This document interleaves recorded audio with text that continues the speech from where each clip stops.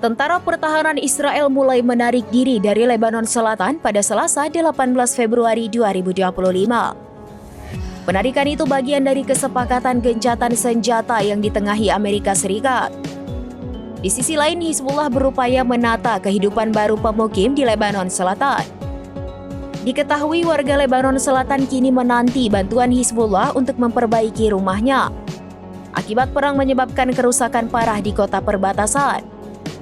Mengutip Tribun News, Kota Kai menjadi salah satu wilayah terdampak parah dengan banyak bangunan yang hancur. Selain kehancuran, tembok rumah dipenuhi grafiti dan lambang bintang David dari tentara Israel. Adapun para pekerja mulai membersihkan puing-puing bangunan.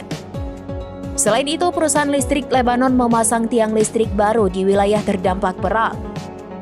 Meski menarik diri, IDF masih menempatkan pasukan di 5 titik strategis di perbatasan. Sementara itu, Israel menyatakan bertahan di perbatasan sampai Hizbullah mundur dari Sungai Litani.